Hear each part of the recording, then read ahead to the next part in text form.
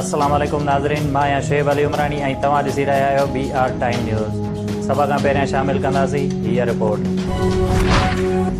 मज़ार क़ाइद में नारेबाज़ीअ वारे केस में गिरफ़्तार कैप्टन रिटायर्ड सफ़दर ज़मानत मंज़ूर थियण बैदि आज़ाद। कैप्टन आज़ाद थियण बैदि लाहौर रवानगीअ लाइ कराची एयरपोर्ट पहुची वियो।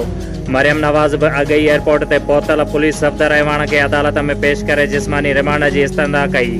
अदालत ज़मानत मंज़ूर कंदे कैप्टन सफ़दर के आज़ाद करण जो हुकुम ॾेई छॾियो।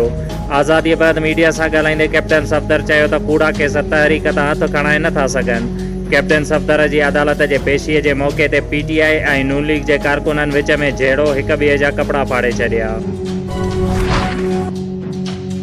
नून लीग जी नायब सदर मरियम नवाज़ चयो आहे त मूंखे ख़बर आहे त कैप्टन सफ़दर जी गिरफ़्तारीअ में सिंध हुकूमत जो हथ न आहे। बिलावल भुट्टो ज़रदारी ऐं यासिफ ज़रदारी राब्तो करे कैप्टन सफ़दर जी गिरफ़्तारीअ ते कावड़ ऐं अफ़सोस जो इज़हार कयो आहे। असां ॿार न आहियूं, सभु ख़बर आहे त गिरफ़्तारीअ जे पोयां केरु आहे। नामालूम माण्हुनि जी सभिनी खे ख़बर आहे। कराचीअ में प्रेस कॉन्फ्रेंस कंदे मरियम नवाज़ चयो त कैप्टन सफ़दर खे अॻु बि धमकियूं मिली रहियूं हुयूं। कंहिं में बि हिमत आहे त मूंखे गिरफ़्तार करे ॾेखारे। पीपल्स पार्टीअ जे चेयरमैन बिलावल भुट्टो ज़रदारीअ जो मरियम नवाज़ सां फ़ोन ते राब्तो। कैप्टन सफ़दर जे गिरफ़्तारीअ जी मज़म्मत बिलावल चयो आहे त कैप्टन सफ़दर जी राति जे वक़्तु गिरफ़्तारी सिंध जी रवायत जे ख़िलाफ़ आहे। कैप्टन सफ़दर जी गिरफ़्तारीअ जी वॾे वज़ीर खे मुकमल जांच जी हिदायत करे छॾी आहे। PDM जे सरबराह मौलाना फज़लुर रहमान चयो आहे त IG सिंध खे यरगमाल बणाए कैप्टन रिटायर्ड सफ़दर खे गिरफ़्तार कयो वियो। सिंध हुकूमत बेख़बर रही। हाणे ॿुधाए त मुल्क में कंहिंजी हुकूमत आहे। कराचीअ जे मक़ामी होटल में मरियम नवाज़ ऐं ॿियनि सां गॾु प्रेस कॉन्फ्रेंस कंदे मौलाना फज़लुर रहमान चयो त सफ़दर जी गिरफ़्तारी पीपल्स पार्टी ऐं PDM ते हमिलो आहे। IG सिंध केस दाख़िल करण जो हुकुम ॾियण खां इनकार कयो त खेसि यरगमाल बणायो वियो। वज़ीर आज़म इमरान ख़ान चयो आहे त हुकूमत कंहिंजी बि ब्लैकमेलिंग में न ईंदी। कानून जी भञकड़ी कंदड़नि खे सख़्तीअ सां मुंहुं ॾिनो वञे। इस्लामाबाद में पार्टी अॻुवाणनि जी गॾिजाणीअ खे ख़िताब कंदे वज़ीर आज़म चयो त अपोज़िशन सां कंहिं बि क़िस्म जी रिआयत न कंदासीं। क़ौमी इदारनि ख़िलाफ़ ॻाल्हाईंदड़नि खे भरपूर जवाबु ॾिनो वेंदो। पथोरो में रोड हादसे में ॿारड़ीअ समेत हिक ई कुटुंब जा 6 भाती फौत।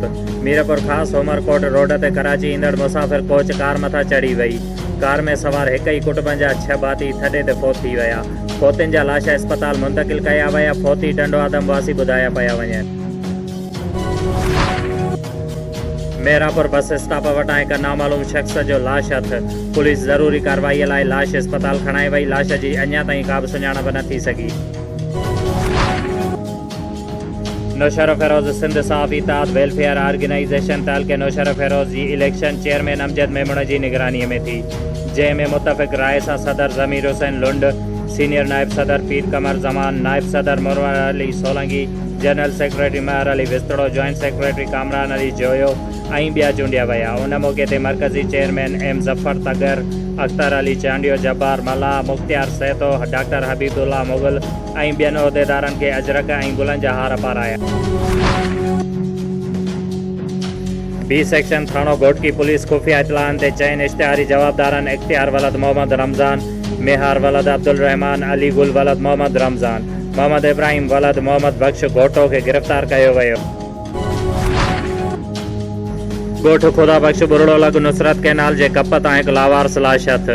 ॻोठाणनि जे इतलाह ते पुलिस पहुची लाश अस्पताल मुंतक़िल कयो, जिते ॻोठाणनि उन जी सुञाणप ॻोठ ख़ुदा बख्श जो रहवासी ख़ादिम हुसैन बुरड़ो जे नाले कई वई। कमिश्नर शहीद बेनज़ीराबाद डिवीज़न सैयद मोहसिन अली शाह अॼु शहर नवाबशाह जो दौरो कयो, जिते मच्छी मार्केट, सब्ज़ी मंडी, फ्रूट मार्केट ऐं शहर जे मुख़्तलिफ़ इलाइक़नि जो दौरो कयो ऐं क़ीमतुनि जे बारे में मालूमात हासिल कई।